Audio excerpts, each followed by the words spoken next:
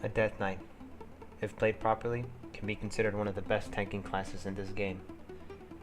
As you can tell from these meters, my healing is no joke, and with this small guide, I'm going to teach you just how to achieve that.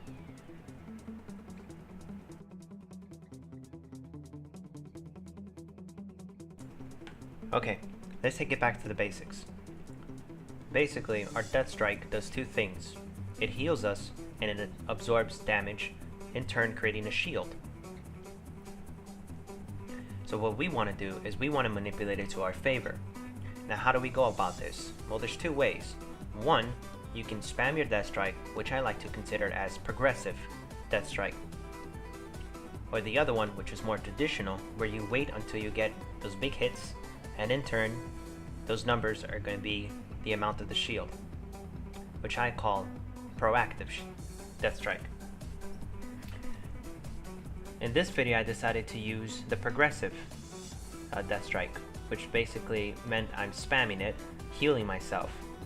Now keep in mind, this is a very competitive strategy, since as you can tell, I'm very close to our healers. Now, the only con I would find about this is the fact that you're using every single global cooldown.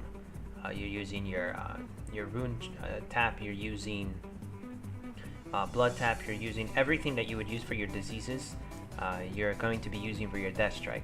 So basically you're going to constantly be keeping your shields up, stacking them, and at the same time healing yourself. So I've never really tried this much on a 25-man, but for the few attempts that I've done it, I didn't find it very efficient, simply because there was either 4 to 5 healers on the tanks, or more. So what that ended up doing was decreasing the amount of healing I would be receiving. So I found it best to just simply wait until I would get the big hits and simply convert that into a shield.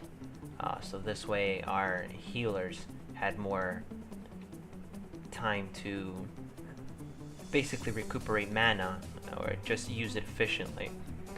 As for a 10-man, that's a different story. I personally love using this progressive simply because I'm always healing myself constantly, and I'm very competitive with the healers, as you saw in the meters. So that's one way to go about things. Now in this segment of the video, I'm going to teach you how to use the proactive Death Strike method.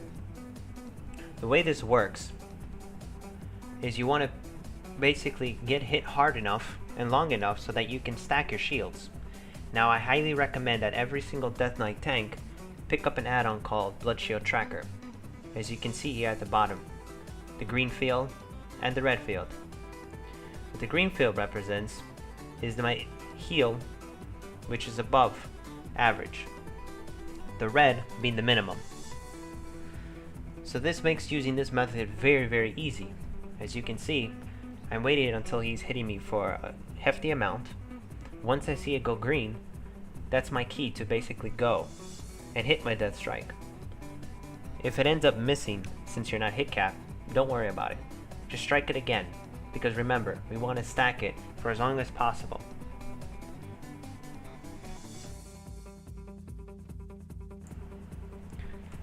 Now, the key to using this method successfully really lies within the person watching the incoming damage.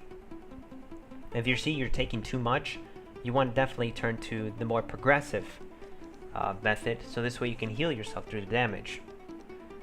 But if the damage is consistent, but the mobs are hitting slow, then you definitely want to jump to the proactive. Again, remember that the Death Knight is not a rotation type of class. It's more of a priority system, as I mentioned in my other guide. So you definitely want to be switching between them. Not all fights can be used one method only. I've seen myself use the proactive method for fights such as Chimerion. I've also used this method on bosses such as these, where you know that the incoming damage is going to be slow, but it's going to be big. Now for fights such as Halphus, those you definitely want to be healing yourself with the progressive method. Again, in the end, it all varies on the style and gameplay of the player.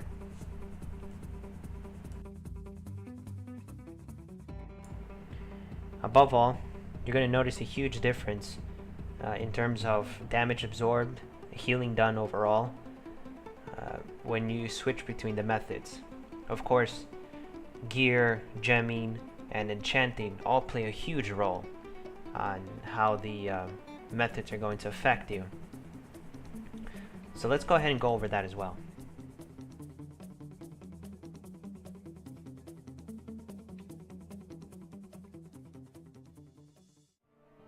Okay, let's get started. First up, let's talk about the gems. Now, as you can see here, for the blue sockets, I decided to go with stamina. For the yellow sockets, I decided to go with mastery. And for the red sockets, I went both parry and mastery. So I'm getting 3 things in one: health, avoidance, and of course, your mastery. Now, in terms of your reforging, all you have to do is worry about one simple rule: never touch the mastery. If the gear has it, then you keep it. If it doesn't, you definitely want to put some on it. Alright guys, let's wrap up this video on a good note. Basically, from what I've heard, Death Knights either go the full route of mastery or avoidance. Now that isn't true whatsoever. I'll put it to you this way: what's the point of having a bunch of avoidance and having a little bit of mastery? What's going to happen is, during the times that you're not dodging or parry, you're not going to be healing yourself very much, and your absorbs are going to be worthless. So you definitely want to keep your mastery high to make your avoidance efficient. Same thing goes for your mastery. You definitely want to have a lot of mastery, but you also don't want to ignore your avoidance, because the times that your death strike is missing, since you're not hit capped and you're not absorbing damage, you're going to be getting hit hard. So you definitely want to make sure you have a very decent amount of avoidance to make up for that.